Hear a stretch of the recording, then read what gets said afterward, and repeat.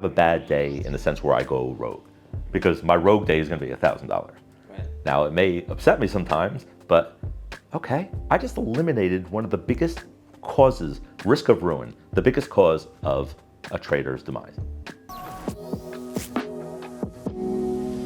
I've got this guy here, Michael, on the podcast a few times in the past. He's a really good trader, been trading for multiple decades now. But we never really sit down to talk about his story, how he came to trading, what things he had to go through, bit of struggle, bit of challenges, and how he became actually a full-time trader. So today we'll do just that. Go through his story, interview him, ask him what he's been going through, and you get all the ins and outs of his life as a trader, things he had to deal with, and how he became a successful trader, which is a cool story to hear for sure. So good to hear you here, Michael, of course. Good to sit down and discuss this. But Great to be here in Bangkok, and tell the journey, because sometimes they see us as like it's a straight line to success, and certainly wasn't like that. for sure. I gotta start with this. Tell me a bit more about how did you go into trading in the first place? Like, what made you start trading? Yeah, it was. I mean, mostly I was, even when I was a kid, I would read the Wall Street Journal and stuff. I was like that kind of neat nerd geek. So I was always fascinated with the numbers and the math and how things can go up and stuff and go down. So I just always had the bug in college. I went to finance for that reason, and just also frustration starting out in the corporate world. I go, is this how I'm going to work the next 40 years?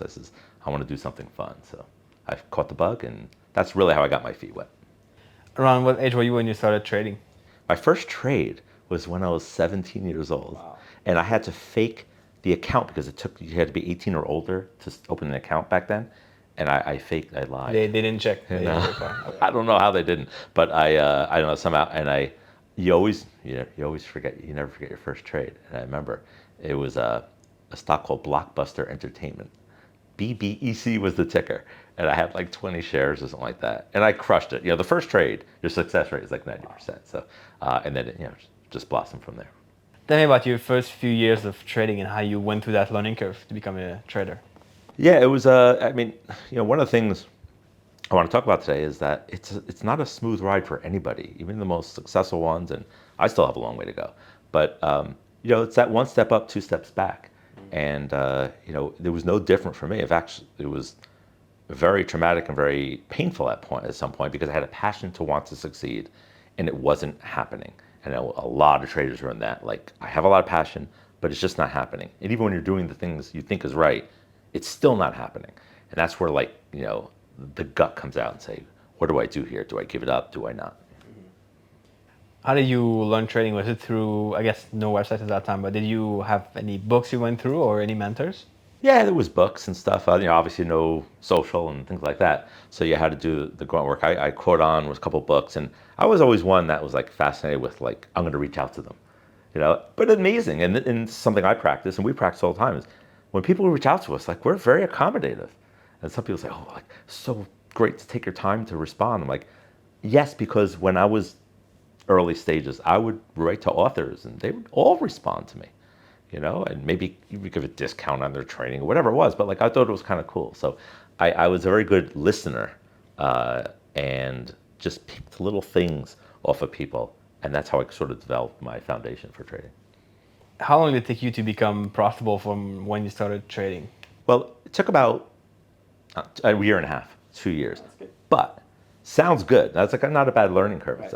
But just because you're profitable doesn't mean you're reaching your goals. And there's this sort of gap. And I went through a phase where I was going through things in my personal life and also my family life, where when you want to go to the next thing, you're starting to be profitable. Okay, now you got the bug. So you quit your job, right? It's okay, good. But just quitting jobs doesn't mean it's great. Like, now you have to bring in legitimate income consistently. Well, let's face it, it doesn't always happen. And one of the things I realized is very quickly is, I was married at the time, and I didn't really have that support from my in-law family. And there was sort of a moment there where I knew I was catching the bug, but it was like, how'd you do today? How much money did you make today? If there was like a flat or a down day, it was like, do I lie or anything like that? But it kind of came to a head where, and it was a pivotal moment in my trading career and my life, where it was my brother-in-law at the time had to be picked up to the airport. And it was like, well, we can't pick it. Who's working? The wife's working. And then someone said, well, why don't Mike pick him up? He's at home. He's not doing anything. and it hit me like, and every trader can relate to this, in your home. And there was never like coffee shops, that do this thing. So it was like, no, I'm working, but I wasn't really bringing the rewards of work. So it really hit sort of a nerve, and a nerve that really ultimately never recovered. You quit your job pretty early on with trying to go full-time trading. Tell me how that go and tell me the results of that. I mean, the reason I went back was because of this nerve. So, it got to the point where, I was putting so much effort into my trading, and, my personal life was suffering. I mean, my partner and everything, she was, there was a neglect in a sense where I had such a passion for what I want to succeed at, but really the priority was switched where trading was. And that's not really good for any relationship. And, when we have a passion for something we want to succeed at, we'll do anything to make it happen, but not to destroy your family. But ultimately, sadly, that's really what happened. So we parted ways, and I'm in like, a valley of despair. I'm like, relatively young, and I'm saying, what just happened in my life? That doesn't happen to me, So I started to just like dig down deep. You hit rock bottom, because I had to rebuild my personal life, my social life, and things like that. So I said, do I go back to work? I said, okay, I'll do that.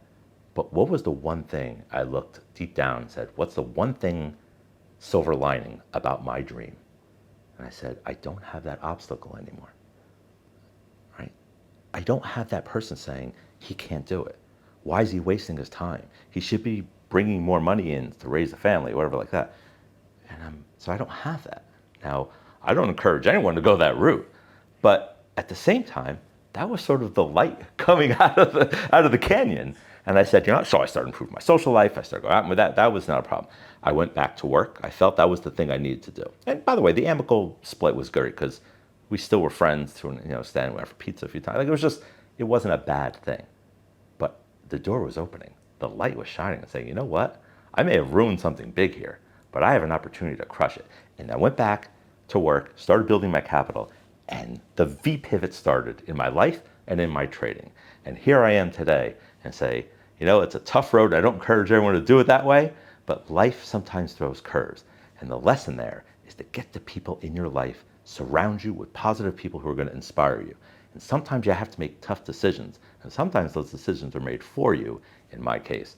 But it got rid of sort of a virus that enabled me to pursue my dreams. And boy, what a journey it's been. What did it mean to work the first time? Was it a question of capital? Like, didn't have enough capital to make it work? Or was it a question of like your habits or your mindset?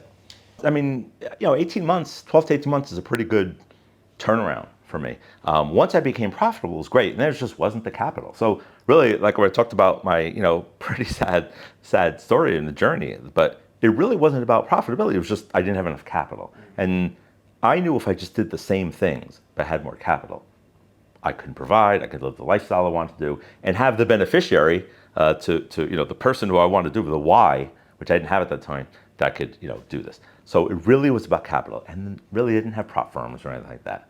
So it was homegrown, either beg, borrow, steal from parents, things like that, or just raise your own capital. So what I did, I became just an incredible life of frugality, and cutting out those lattes and buying. I drove a Honda Civic for 6 years. I loved the car, it didn't bother me. But that, those extra few $100s a month added up. So I built my capital, and that's how I was able to do the exact same thing, improve my skill set as well. And now, instead of taking just, barely being green, now I was, providing a pretty cool lifestyle. When did you know you were ready to quit your job the second time? I left and came back again. I said I wanted to quit again because then I was kind of crushing it in relative terms, or providing for myself and for my dreams. So, but I was in the risk management space in the corporate side. And in early 2000s, the corporate risk management was becoming really popular because of a lot of corporate scandals. So now the demand for my skill sets were really becoming popular. In fact, a lot of the risk management software we used, I transitioned to the trading software, and a lot of things you see today in our membership is really derived from that software. I just made it more of a trading thing. So the demand for me to come back. So when I went back and then left, they said, could you come back as a consultant? You can do your thing, and do my quote real work, but we'll have you as a consultant and we'll give you all the flexibility you need. So it kind of worked out. The first time was more desperation. The second time I came back was more inspiration. And they were there for me, provide a paycheck when I was struggling. So I felt the loyalty to do that. So that's how it worked out the second time. The second time was much more glorious than the first time. So you had some money coming in from the consulting and then trading at the same time, which is definitely a good idea. Single guy, have from different avenues, different revenue streams. Life was great, traveling to Brazil for the weekend, that kind of stuff. But and I wasn't a Lambo guy, still am not. But I really enjoyed the lifestyle, or the taste of the lifestyle that it would do. So at the same time, being loyal from the corporate side. So yeah, it was pretty good. But at that point, I knew that trading can be the provider, and it will allow me not just to earn income, but really live the vision, the dream that I wanted to do. I feel like once you get that confidence that you can actually make money trading, like enough money trading, then you kind of have a good push of momentum. Like it's now easier to make it work because you've seen it possible before. The hardest part is like the first 500, the first 1,000. I mean, really after that, it's just rinse, wash, repeat. It's just getting there. And I know for those watching are, maybe struggling or maybe experienced a personal situation like that, which is something that I was really hesitant to talk about. But this year, a few examples came up from one of our members, and I said, I think I need to share my story in this because it's going to inspire others and let you know that it sucks being in that situation, but the turnaround can do it. But really, once you hit that sort of level where you're sort of consistent, now it's just a question of size, scalability, and rinse, wash, repeat without compromising, the way you do things. And honestly, 15 years later, I pretty much do the same thing. It's just, bigger scale. Tell me about how you raised capital over the years and the fund you've been able to put together these past 2 years. Yeah, well, once you have a skill set, and let's face it, I mean, I trip over my own two shoelaces half the time. But there's certain skill sets, particularly in the risk management space, which I consider myself, I do really well. Well, you get exposed to people. And a lot of times, whether it's traders saying I'm frustrated or I don't have the time, can you just manage it for me? Or just doing what you're doing and then, attracting, you just attract capital. When I was going through this time where, I was transitioning, I started doing writing. So I wrote a book, which gives you some exposure. Then another publisher said, we'll do something more bigger, grand scale. I never, ever in my career has solicited for managing funds. It's always been coming to me. But you have sort of a framework in communications to say, wow, this person's out there, like he has cred, at least on paper. Let's hear him out. So you just get exposed. And we talked about this the other day. We had a drink together, pre-production. We were talking about how the biggest skill set in trading sometimes is just having communication skills and likability. Yeah. People want to work with people who just are likable and can articulate what the goals are. And if you can do that, you don't have to be like marketing yourself. It will just come to you. Tell me about some of your, I would say, worst trades that you've been through. We always have the ones that we want to forget. I'll throw a comedic one. When I first started out, well, maybe 5 years in, I was with a friend and we were just going over, I was showing how to trade and stuff. And I wasn't really taking it seriously. And I was just showing how to use the platform. And I didn't realize till the end of the day that I was in real live account and not in sim. And it was the biggest losing day of my career. And it was a big one. And I went, oh my God, I can't believe that just happened. I realized it like a few minutes before the close. And I go, why is this number moving? And so it's a stupid thing. But I have a little laugh now, but it was really gut-wrenching. So that was the worst one. But really, a lot of times, the worst trades are the ones where you ignore risk management. Because you could have the worst trade in the world, the worst direction. You buy something, and then 2 seconds later, an earnings report comes out. That may be like stupid, but if you have solid risk management and good stops, it's not going to cost you much. But when you ignore risk management, which is what I've been preaching for 20-something years now, when you just don't ignore the risk management side, because even the worst mistakes, you'll still hang in there. You'll still be able to trade the next day. Do you know how much money you lost that day, by the way? At the time, well, it was over 5 figures. And at the time, it was a little more than, well, it was 5 figures, but it wasn't 10,000. But I remember it was like gut-wrenching in proportion. Now it still would be, like I would be mad at myself. But back then was, it was a lot. And I shook my head and said, how could I let this happen? I just didn't even, but again, risk controls, know your platforms, just basic stuff. And let's face it, 90%, there's a 50% chance I could have had a winning day that day and not realize it. But let's face it, when you make those mistakes, 90% of the trades, like just to go again, the market just wants to pound you and stuff. Another story I never told. Why am I opening up my heart to you? I did never tell these stories, but that was, again, follow your risk controls. When you have that gut feeling you have a bad day. All traders know this, right? You have that feeling you just can't describe and it won't go away. That was painful that week. Wow. I mean, you talk a lot about risk management, which is you wrote the entire book about it. So we'll leave it linked in somewhere below. People can check it out. But what kind of work did you have to do on your mindset to thrive in trading? And was it like a lot of work, or was it pretty simple for you to have the right mindset for trading? Yeah, I mean, I would say simple, but it was a skill set that is very unique. I mean, I talk about it, that's my jam, and I try to make it sexy and cool because it comes across as a dry topic. But like anything, any skill set, there's a learning curve, and applying it is really I think the most difficult thing. It's understanding, and the one takeaway is understanding that risk management is a much bigger scope. It's a holistic approach about managing a business. It's not to do with stops. But really, I think the first step is accepting the fact that you cannot do this business without it. You may not even know all the intricacies. We'll teach you that, and there's writings about it.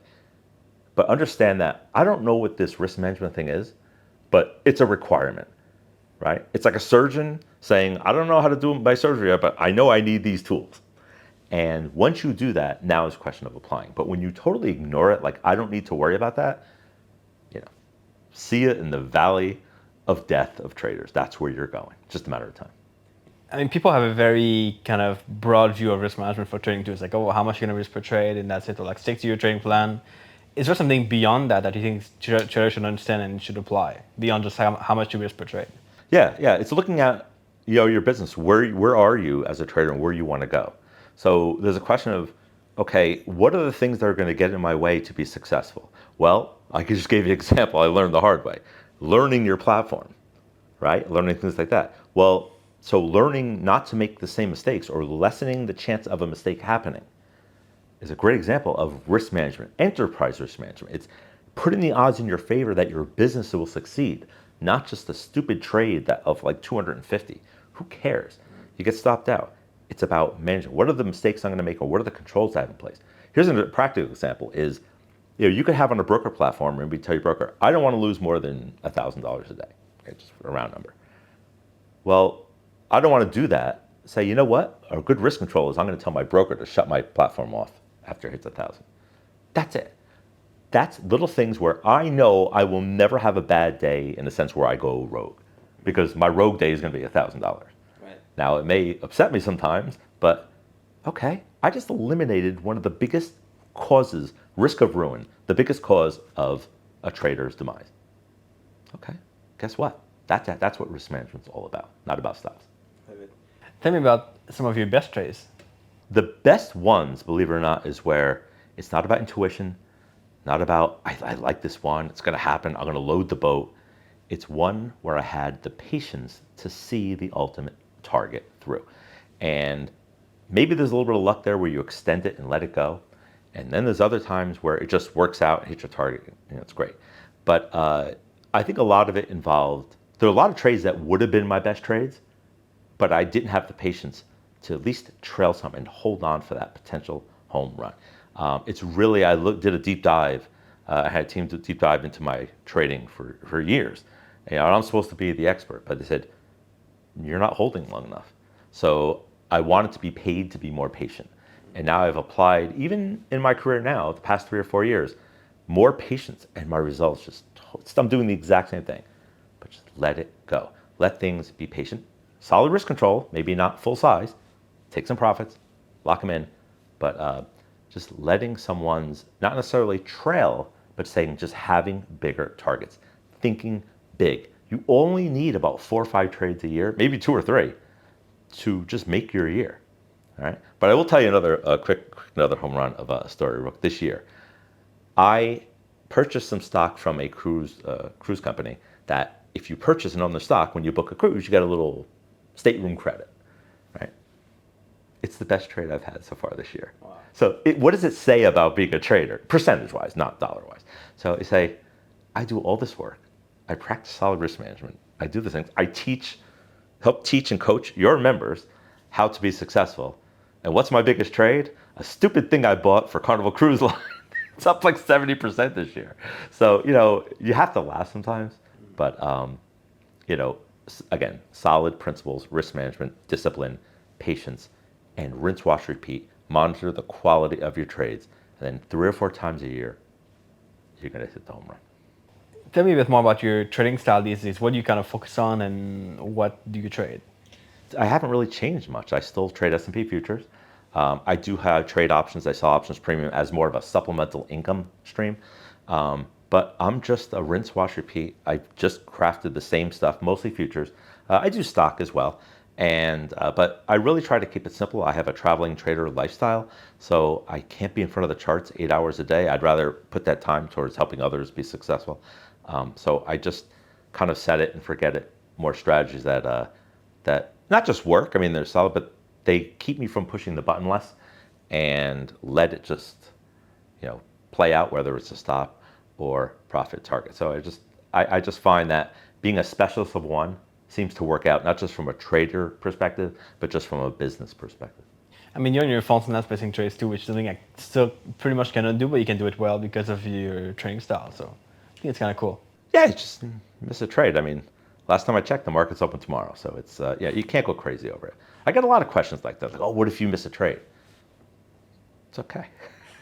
There's another one forming probably, the next day. So being in a state of abundance, and that's not about wealth. It's just about focus, knowing what I have to do. That's my job.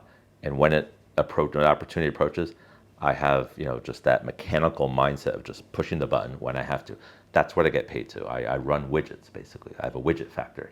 And the key is to produce widgets, the finest quality, and at a pace that will produce that quality. Too many, quality suffers. So I reach that optimization point. And again, just rinse, wash, repeat. As far as time frame, are you more intraday or swing or long term? I generally am swing now at this point, and that's a lifestyle change. I found, and you found, we're finding together that you don't need to be in front of the screens all day to push that button. And even if you do, and if it's a little bit more profitable, it's what am I sacrificing? We joined this career in this phenomenal business so we can get away from the 9 to 5. Well, we don't want to be in front of that again. I want to get out of it. So, and even if the results are just slightly lower, which they aren't, but it becomes where lifestyle is more important, and having that traveling trader mentality hopefully inspires others to do the same. You don't have to be sitting in front of a screen 8 hours a day. No way. What's one of the common and popular trading sayings that you don't agree with? The one really is a pet peeve of mine is you never go wrong taking a profit. Yeah. I think you can go broke taking a profit. That's the problem. And by the way, that was my problem, taking profits too early, where I was like, I'd have an 80% success rate and I can't pay the bills. So, to flip that, one of my big mantras is that you are paid to be patient, which is the exact opposite of that. So you can never go wrong taking a profit, I think, is a death by 1,000 cuts. If the market allows that opportunity, why are we not taking it? Well, we feel good taking profits. Well, if you want to feel good, get a massage. I love it. Tell me about how you manage trading while traveling. I mean, you travel quite a bit during last year or the other years as well. Tell me how you manage that all together to be able to trade well. And some of your best years, by the way, are when you travel. You have your best months or your best years when you're traveling the most. Yeah, the last few years have been great. And, one thing in anything in life I have found that if you want to be successful at is you got to have a team. Yeah. That doesn't mean you hire a team of people and staff and all. It could work in a lot of situations, but you could have a team of inspiration. You could have a team, of friends and family that encourage you, respect your time, maybe do favors or they do favors for you that allow you to do other things. And, it's like a whole piece of it, this sort of guanxi, and they say in China, where you just have a team of people that just support you in all your ventures. So, but trading is, you would think, would be very cumbersome. And I don't have people handling my travel arrangements and stuff. I kind of like to get my hands dirty in that regard. But I just find it's actually very profitable to do that because it keeps you away from the screen. You have a lot more set it and forget it trades. So not only is it profitability, consistency, but it also allows you to do the things and live your life that you want to do. What would you tell a struggling trader that wants to get results? I guess quickly, what would you tell them to focus on to be able to turn things around? Yeah, I mean, if you're in that sort of valley of despair, and maybe it wasn't the same as my situation, but maybe it is. I've written about this too, in the sense of like spousal risk or things or family risk, where one of the biggest reasons traders drop out is because there's somebody else saying either you can't do it or honey, you got 3 months to make yourself successful, and so it's real. So, but understand that use the support team as you can, but surround people in your life who will put inspiration and motivation into your life. It could be a trader, but I prefer ones that are just gonna inspire you. Someone in the morning, you wake up and you get a text call like, "Good morning, Michael," like from a friend or something, like just call to say hi. Like these are little things that get the tone going and allow you to live this again life of abundance, which is like, again, it's not about wealth, it's about feeling that there's purpose and need. But for the people who are struggling there, and maybe it was a similar situation as mine, understand that, and I'm going to say this boldly, I know it's going to maybe affect some people. Do whatever you can to make sure you're successful. And anybody who doesn't want to support you in that, push them aside. They can maybe be a part of your life, but don't let them get in your way because you are a bull running towards a goal. And if you have the passion to do it, nobody or anything should get in your way. And that sometimes, Etienne, allows you to have to make tough decisions. But how strong is your goal? Mine was, I am not giving up this goal. Nobody's getting in my way. And I probably have hurt some people along the way. But now I'm in a position where I've achieved a lot. Maybe now is where I can start giving back, the opportunity to make the world a better place. Maybe enrich other people's lives going through that. So it's a long-winded answer, but don't let anything get in your way. Make a decision now to not let anything get in your way. By the way, it's going to be a teaser, this one. That's good. Good one. Love it. Awesome. That just came out. Yeah, perfect. Let's see what I'll ask you there. Yeah. A lot of your success comes from talking to people. Like the fun you've been able to build is like by talking to people, by getting like people to actually kind of see what you're doing and everything. And you can't start yourself to be an introvert. Like you don't really kind of, it's not really in your, I guess, nature to talk to people that much. So tell me how you've been able to grow to that level and really can make more connections that help you in trading eventually. Yeah, I still consider myself an introvert. Of course, when we're talking trading, I'll talk to anybody, anytime, any place. So that's kind of cool. During those crazy times of lockdown, a few years back, you're forced to be an introvert. And then I realized, there's more to life than that. And I have this sort of, we're talking pre-production about like some of my skill sets and this and trading, but I think like likability is one of the things. Like I'm just generally an easygoing guy. I like to have people in life that inspire, but also I can help them. So I enjoy getting out more now. I've kind of made decisions. Maybe it's midlife crisis. I don't know, but to have friends, both guys, girls. Like I enjoy that sort of camaraderie and kind of inspire and just have fun with. So yes, I'm introverted. I find myself behind the desk a lot, but I also find myself at the happy hours a little sometimes too, just having fun and enjoying. And I think that's it's really what life's all about. Now that you're trading full time, you have good capital, you can maintain your results quite consistently. What are your next goals? Like, what do you want to achieve from there? Yeah, one of the things when I'm talking about this, I'm thinking in my head, I go, I hope people don't come across thinking like, well, he's plateaued or he's reached this. I have so many more things that I want to achieve.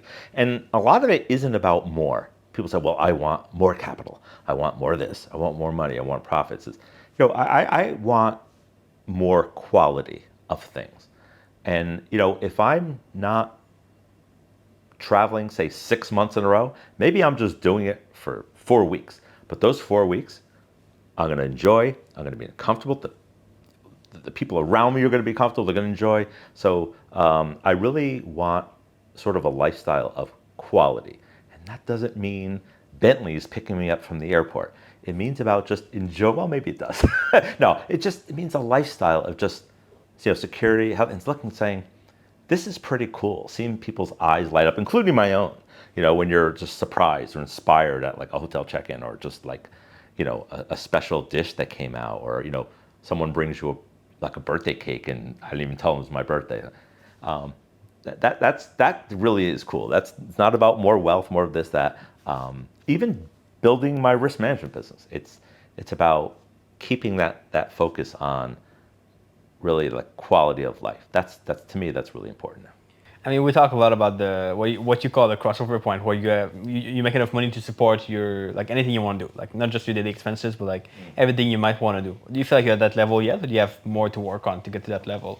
Yeah, I'm at that level, and it's the coolest thing. I've achieved it this year, and really the crossovers where you can be self-sufficient and have some like bad weeks of trading and things like that. But overall, the projected income from your work and trading will be sufficient enough.